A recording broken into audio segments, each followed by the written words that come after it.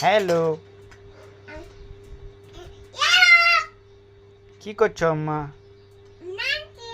কি রান্না করছো? ভাত। কি দিয়ে ডিম? ভাত দিয়ে ডিম? আমি তো ডিম খাবো না।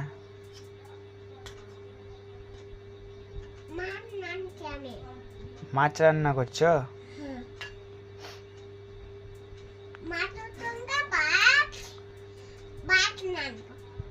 মাছের সঙ্গে ভাত রান্না করবা? আর কি রান্না করছো? আর ডিম? তরকারি ভাজা? ও।